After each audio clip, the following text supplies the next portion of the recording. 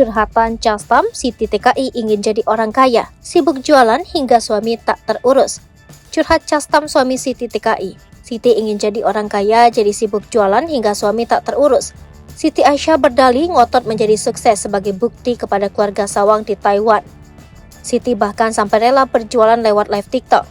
Di tengah ambisi Siti TKI yang menggebu, sang suami Castam justru mengurai curhatan soal sikap istri pada dirinya. TKI di Taiwan ini mengaku tak diurus oleh Siti Aisyah yang notabene adalah sang istri.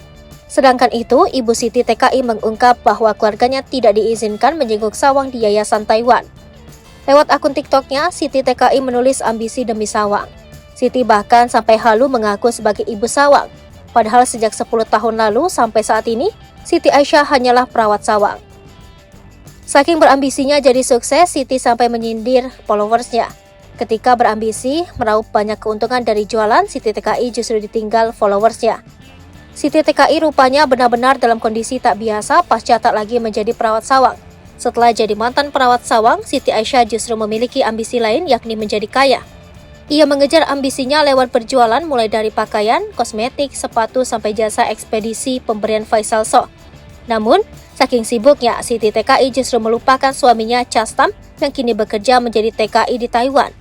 Castam bercerita Siti bahkan jarang mengangkat telepon darinya. Fakta lainnya mengaku melakukan semua usaha jualan itu demi anak majikan Taiwan, namun nyatanya Siti justru ditolak oleh keluarga Sawang. Hal itu diungkap ibunya sendiri, Asi. Kata Asi, kakak Sawang tidak mengizinkan keluarga Siti menjenguk ke yayasan.